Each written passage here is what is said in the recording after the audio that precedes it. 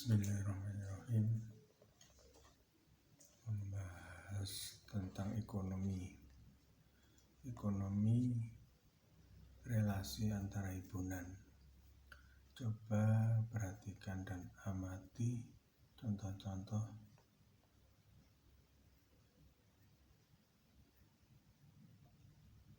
sebelumnya. Ternyata ada dua himpunan yang mempunyai anggota sama. Ada himpunan yang berada dalam himpunan lain, dan ada pula himpunan yang tidak beranggota. Ini semua menunjukkan bahwa antara dua himpunan ada hubungan atau relasi. Dalam suatu teori politik mengatakan bahwa suatu himpunan terbentuk karena adanya kepentingan tertentu dari pemerintah untuk mengelola suatu hasil daya guna pemerintah, pemikiran pemerintah pada waktu itu. Jadi setiap tahun bisa berganti-ganti. Pemerintah boleh menciptakan himpunan-himpunan, misalnya himpunan kesehatan, misalnya lagi himpunan peternakan, misalnya lagi himpunan pertanian, misalnya lagi himpunan transportasi, misalkan lagi himpunan pariwisata, misalkan lagi himpunan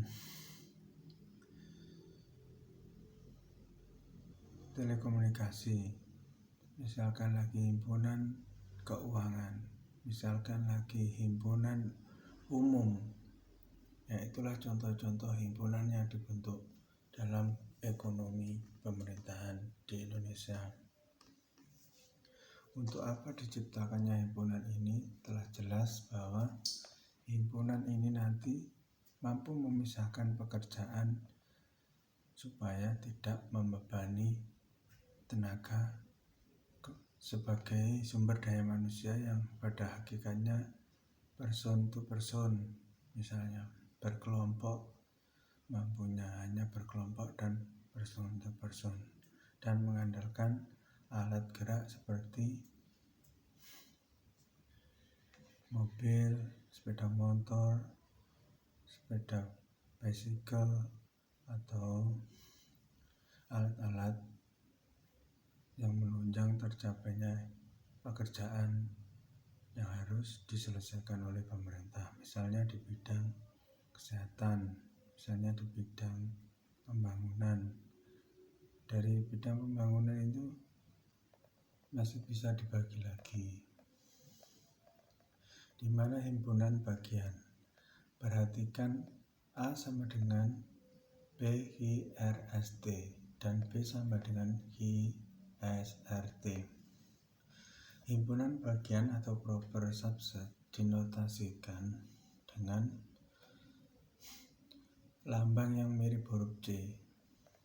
Himpunan B disebut himpunan bagian dari himpunan A jika setiap anggota B menjadi anggota A yang dinyatakan dengan B himpunan A, atau disebut B tercakup dalam A, atau juga kita dapat menggunakan istilah A memuat B yang dilambangkan dengan A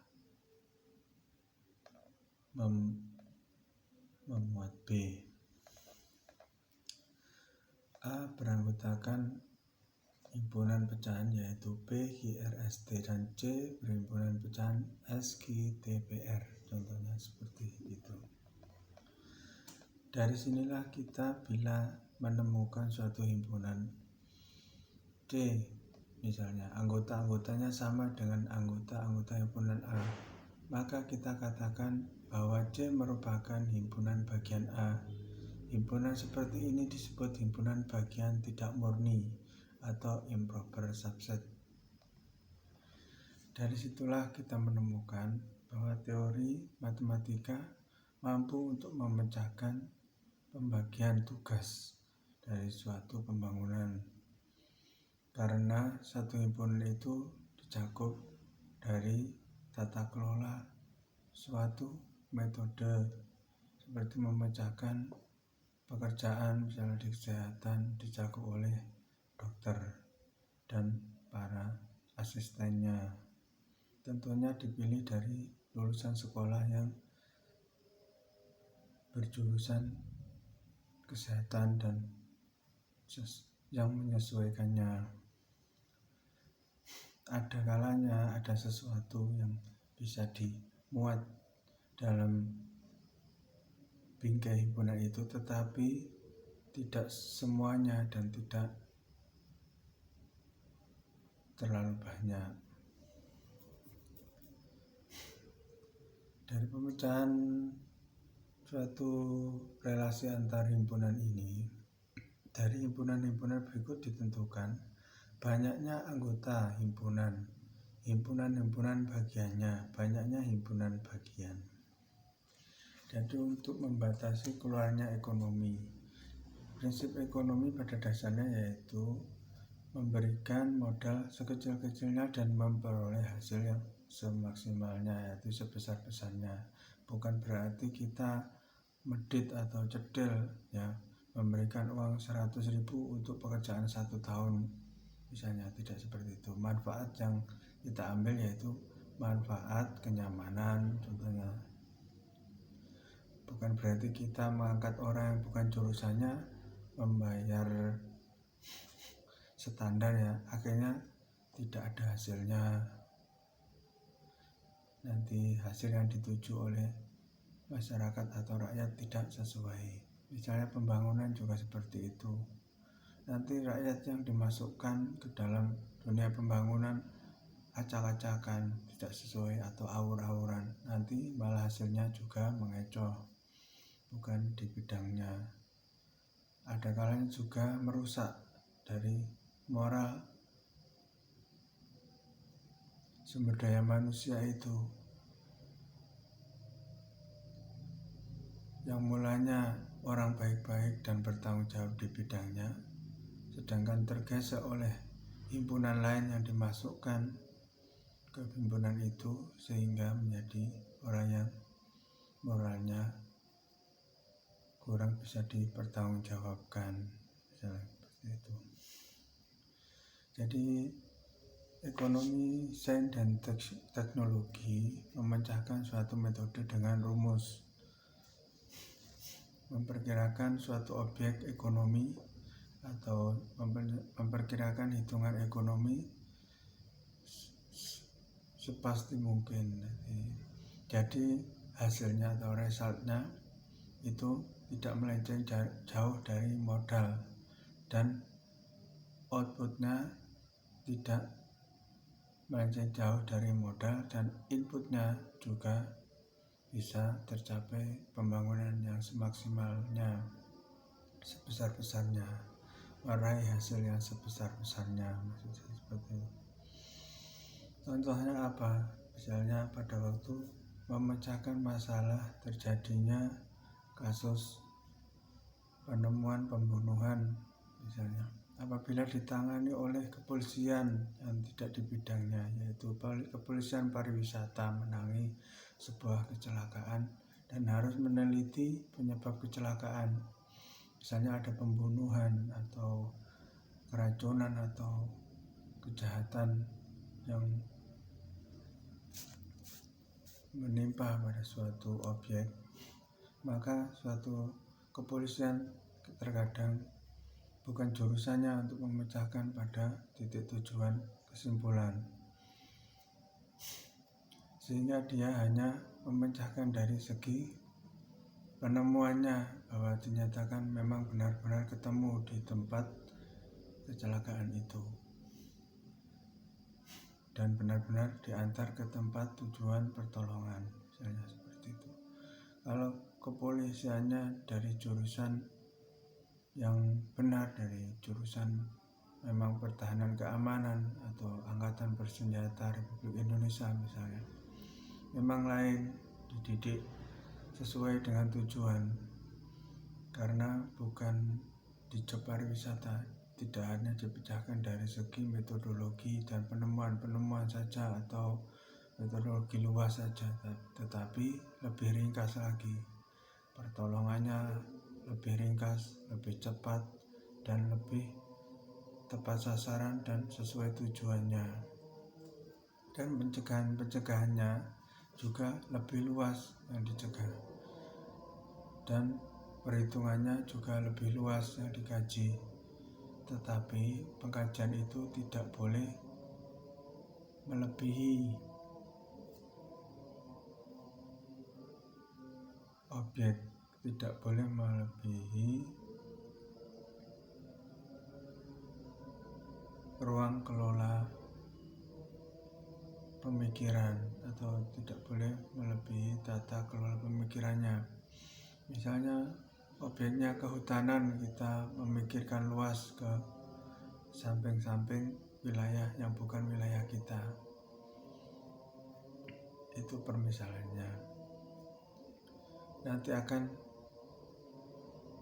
dipakai rumus matematika, rumus fisika, rumus penemuan-penemuan yang diaplikasikan ke penemuan ilmu pengetahuan alam dan teknologi.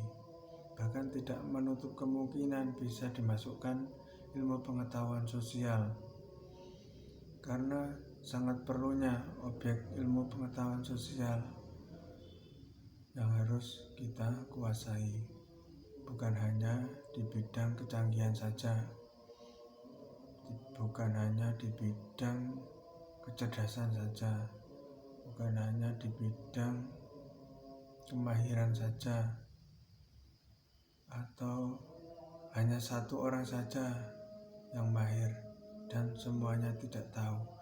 Jadi di Angkatan Bersenjata Republik Indonesia kita perluas. Apabila objek yang kita tuju itu besar, maka sumber daya manusianya lebih kita tingkatkan menjadi lebih besar juga yang menanganinya.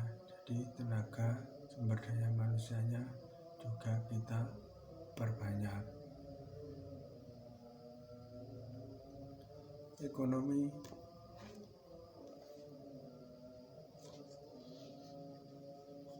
bisa kita artikan eko yaitu perjalanan, yaitu situasi atau gelombang ekonomi. Nomi yaitu artinya gelombang yang tidak bergerak atau tidak bercabang-cabang, tetapi stabil yang diinginkan, tetapi mampu menjangkau ke semua lapisan masyarakat. Ekovital juga seperti itu. Jadi perjalanan berkelok-kelok yang dituju oleh pembangunan, tetapi pada suatu titik tertentu saja. Contohnya jurang yang sulit dikelola oleh rakyat, oleh masyarakat penduduk setempat, tetapi pemerintah mempunyai tujuan untuk memecahkan suatu gagasan agar jurang itu bisa dikelola oleh masyarakat. Nah, contohnya seperti itu. Jadi tidak menutup kemungkinan Angkatan Bersenjata Republik Indonesia itu menolong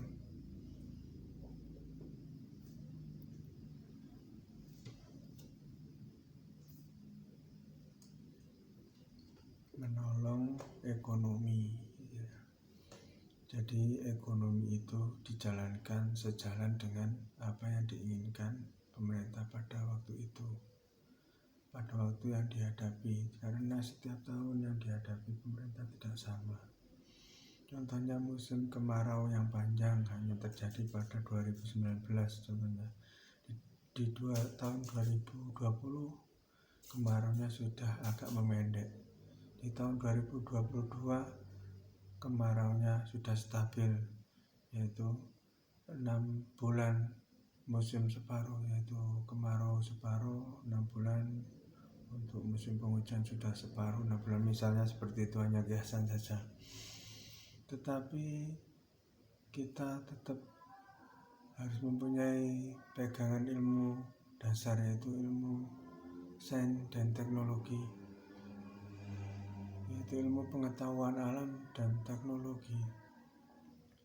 Jadi ilmu apa yang kita perlukan hidup di dunia itu sudah diserap sewaktu kita menjadi seorang pelajar yang dididik tekun untuk belajar dan tekun untuk menghabiskan tugasnya mempelajari materi yang disuguhkan sampai habis. Jadi awal mula materi yaitu sampai habisnya materi kita diuji dan diberikan kekuatan, kekebalan dan dorongan mental untuk belajar supaya terlatih mampu memecahkan masalah itu walaupun berat di tengah-tengah perjalanan belajar. Tetapi kita mempunyai keyakinan bahwa sesulit apapun belajar itu pasti ada akhirnya dan ada hasilnya, yaitu ilmu yang akan bermanfaat untuk kebutuhan hidup kita nanti.